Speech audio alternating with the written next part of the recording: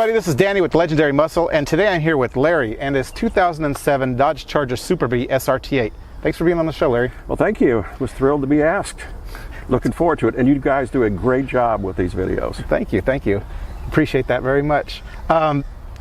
Looking at your car, this is not your ordinary Dodge Charger. Even just being a Super Bee at that. When you got this car, did it already come as a project somebody was doing, or did you get the car just like as a Dodge Charger it was? Well, let me kind of explain to you how we got to the car. Okay. I was at a car show up in Pennsylvania, Carlisle Chrysler Nationals, and I had sold a car up there. Okay. So we were walking the show field, and I saw one of these kits, cars, trucks, you know, whatever. And it caught my attention. So after talking with the fellow that owned the Super, it was a Super Bee as well, and meeting the manufacturer of the kit, before we left the show, I bought a kit, but I had no car. Okay. So we went ahead and ordered the kit, knowing that we were going to do the conversion, and then I began to look for a car. And we had some specific parameters we were looking for in the car. It had to be an SRT8. Okay. Because of the suspension, because of the brakes, because of the engine, and the other things that come along with the SRT8 package. Okay. Didn't necessarily go after a Super Bee, but this one just happened to pop up in Miami. Okay, nice. Found it on one of the car websites. Yep. Went to Miami, picked the car up. The car had 37,000 miles on it. It smelled new. Yeah. And then when I explained to the salesman what we were going to do with the car, he looked at me a little funny and said, "Are you sure you want to do that?" I said, "Well, I've done sillier things." Right. And anyway, we ended up buying the car and bringing it back home.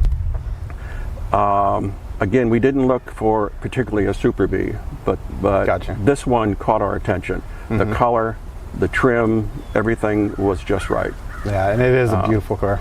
And when I brought it home, the yellow kind of shocked my wife a little bit. She's more subdued than I am. Yeah. But now that it's all done, she's grown to like it. Nice. That's cool. Now, you said you bought a kit for this car. Correct. What did that kit consist of? Well, the kit consists of everything from the front door back.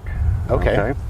And the builder of the kits, his name is Mark Smith. Okay. Smith Performance. He's out of Rhode Island. Gotcha. And Mark Smith was one of the original founders of the Factory 5 Cobra kits. So he understands kit cars and what it takes to produce a kit that works. Okay. So after a lot of research and development, he developed the kit. And as I said, the kit goes from everything from the back, from the front door to the rear. Okay. Quarter panels, the surround going around the back window, the tailgate spoiler, everything that you see, and all the metalwork inside. I suspect you'll take a shot of the inside and all the metalwork within the bed. And I was really impressed with the kit. The kit today runs about $4,000. Okay, that's still not too bad. a buy when you begin to look at what you get with the kit. Yeah, and it's not like how we like to say, it's not half-assed, that kit. It looks very like it came from factory that way. Well, he paid attention to detail, and that's one thing I got to say about Mark. His attention to detail is extremely focused on detail. You'll notice on the back tail light when we walk around the car a little bit of detail around the back tail light. All right. So you say he makes for different cars as well, right? Correct. He makes it for the Volkswagen Beetle, the Jeep Cherokees, the Audis, the Dodge Chargers, the Jettas. Okay. Right now, his most popular kit is the Beetles and the Chargers. Okay. So when you get these kits, what do they send it home? Do they give you instructions how to put it together? Is there welding involved? Well, there's no fabrication, but assembly is required. Yeah. Okay. And I will send you some photographs of the actual process if you'd like to take a look at them. Oh, definitely. The biggest moment of the installation of the kit is the cut. Yeah. After that, you're committed.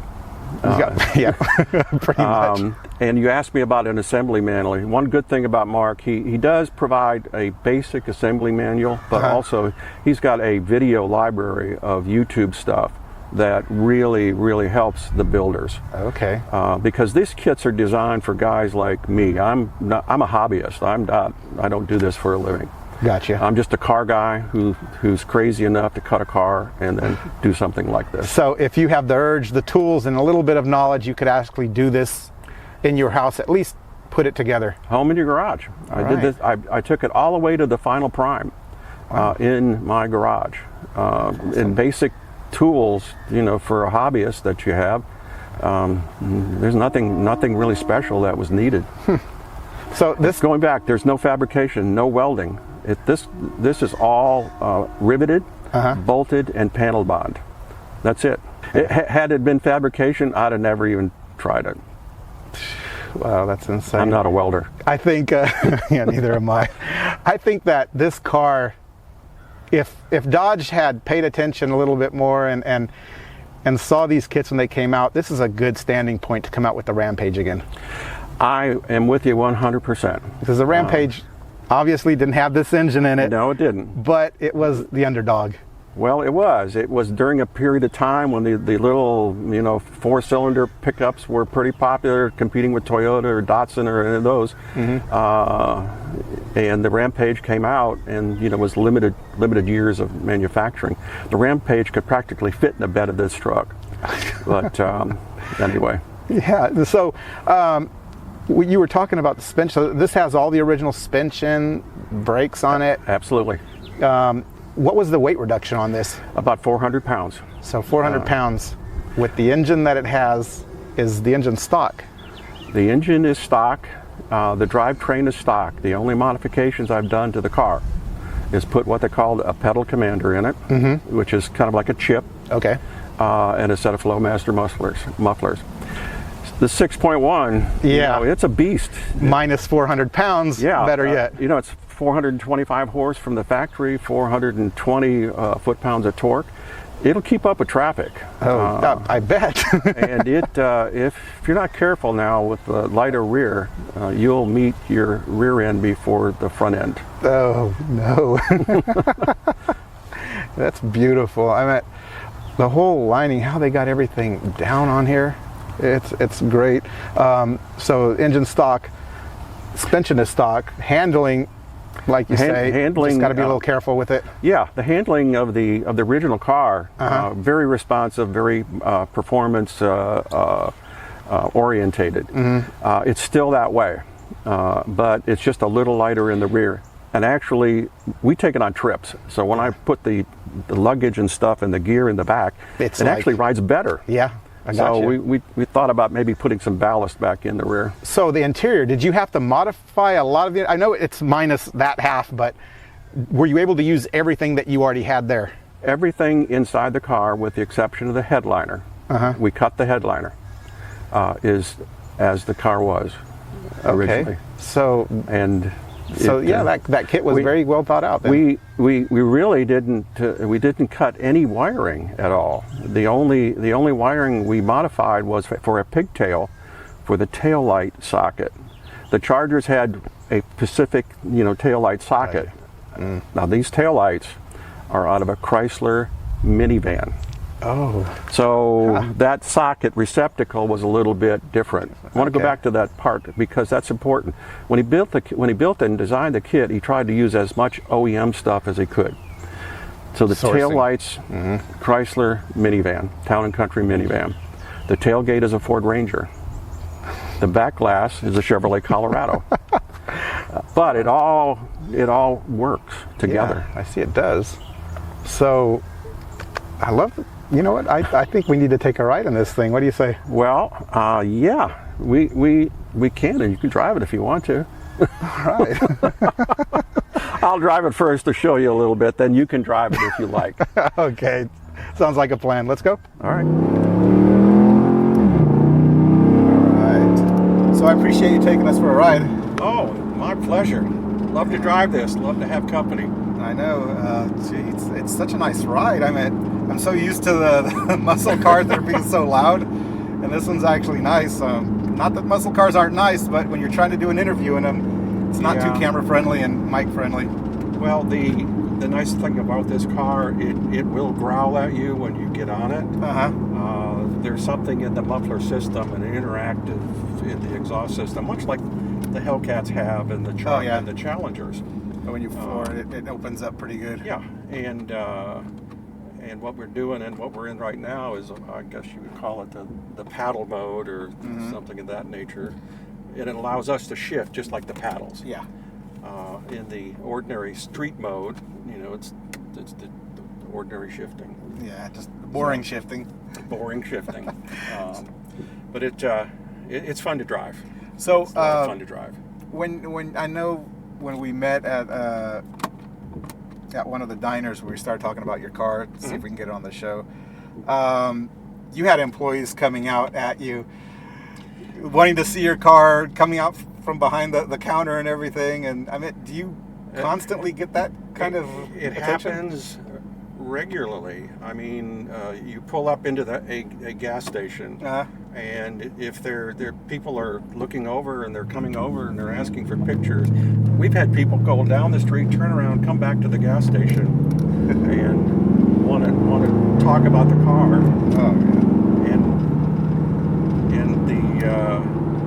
But it does attract a lot of attention. I know. Wherever we go, I've seen it.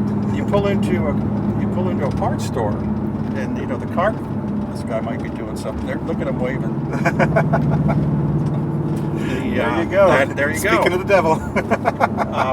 We'll be going down the road, and folks will be sticking the camera out of the window, taking a picture, opening the sunroofs, taking a picture of the car going down the road, and it's fun. Now I'm looking over here, and it says 81 of 1,000. Yeah.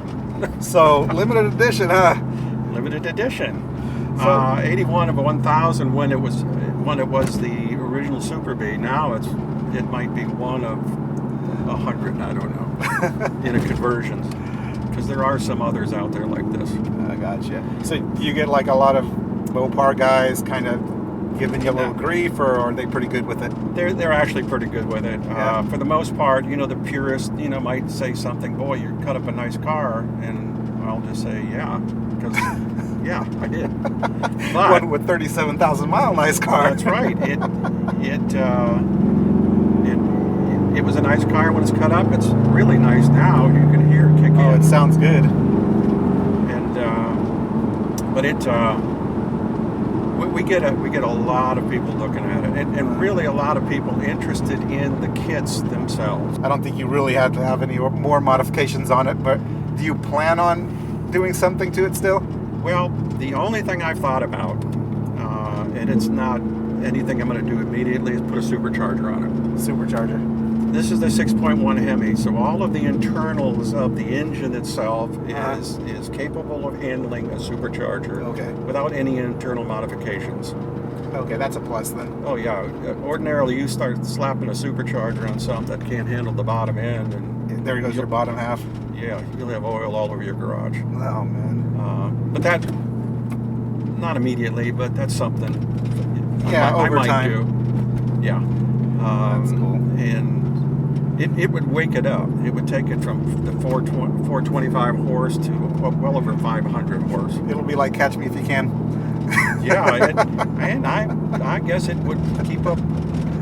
It keeps up with traffic now, but it would keep up with the high performance traffic. Put it that way. Gotcha. So when you take this to car shows, and I know you do. Yeah. I know you get a lot of attention.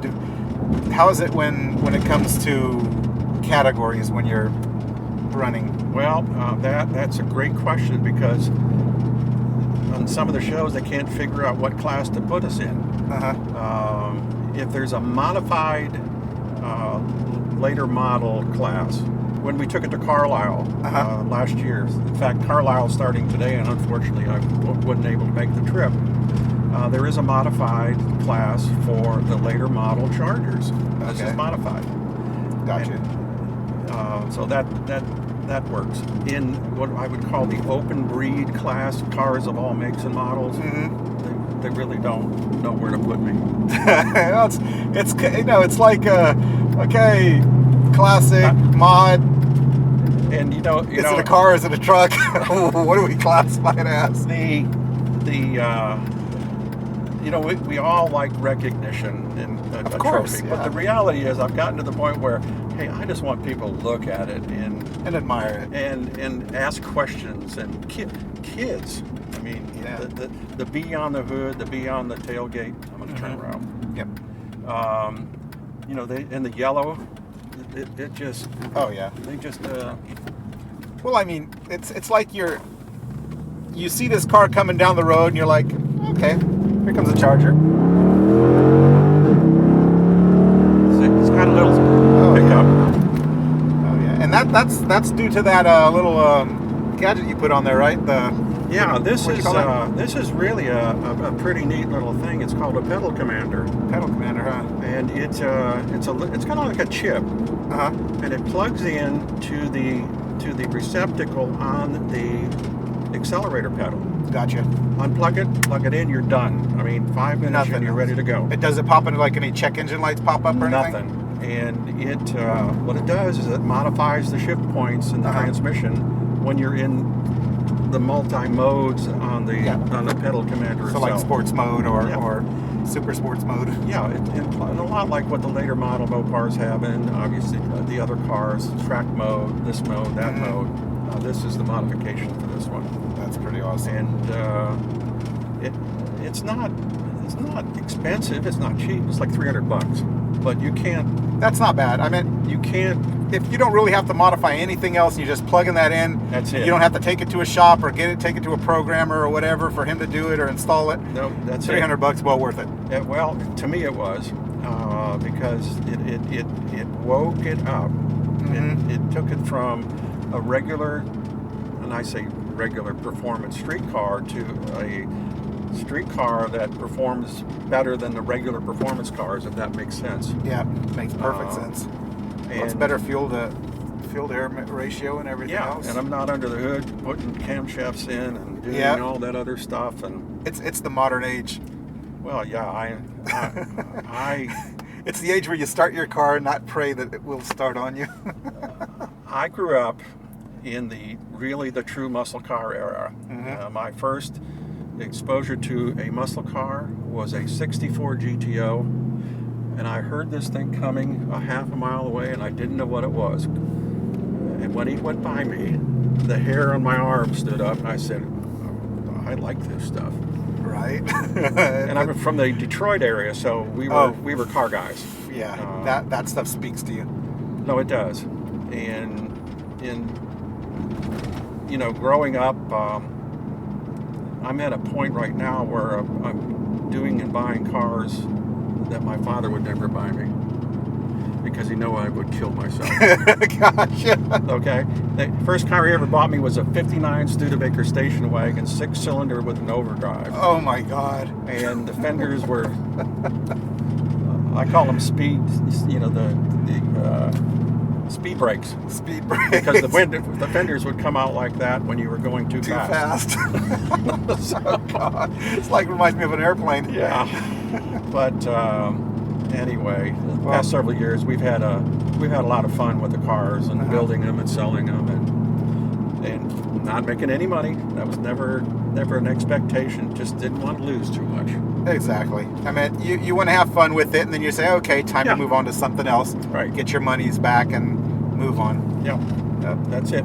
That's pretty much what it is. And you never get your money completely back on cars, but it's a hobby. Well, and in my case, I enjoy working on them as much as driving them and going to shows. It's I don't play golf, I don't fish, I don't do any of the other thing. I don't hunt. I just wrench on cars. That's pretty much what it is. So, well, that's what most car guys do. We're coming down to our time. Yeah. I really appreciate the time that you did give us. Is there anybody you want to give a special shout out to? Yes, there is. We all have our limitations on what we can do. Yep. And Very true. I got to the point where, now I've painted cars before, but I said, you know, this is number 81 of 1,000. I better find somebody to help me with the final spray. And I met a young guy named Jonathan Alvarez, and he is one of the best painters I ever came across. He's in his mid-30s. He took this car and did the final prime and sprayed it, but we didn't paint the whole car. We blended it. I mean, it looks like it came from the factory. It does. He did a great job. And the other crew was the guys from Eye Candy. Okay. They did the graphics for me because we were trying to figure out what to do that wasn't over the top, because my wife is subtle. I'm over the top, but so we had a compromise here with the graphics. They did a good job, and of course my wife, who writes all the checks. you gotta give a shout out to wifey. That's right. I say that she's management and I'm just labor. Well, you know what they say: happy wife, happy life. and she goes with me to all the shows. We've been to Carlisle, we've been to Kentucky, we've been to Mobile, we've been to Georgia. Oh, she's been a real trooper with it. Oh yeah. She enjoys it. That's nice. Well, everybody, if you like this video, like and subscribe. From Larry to Danny, thank you for watching. Bye.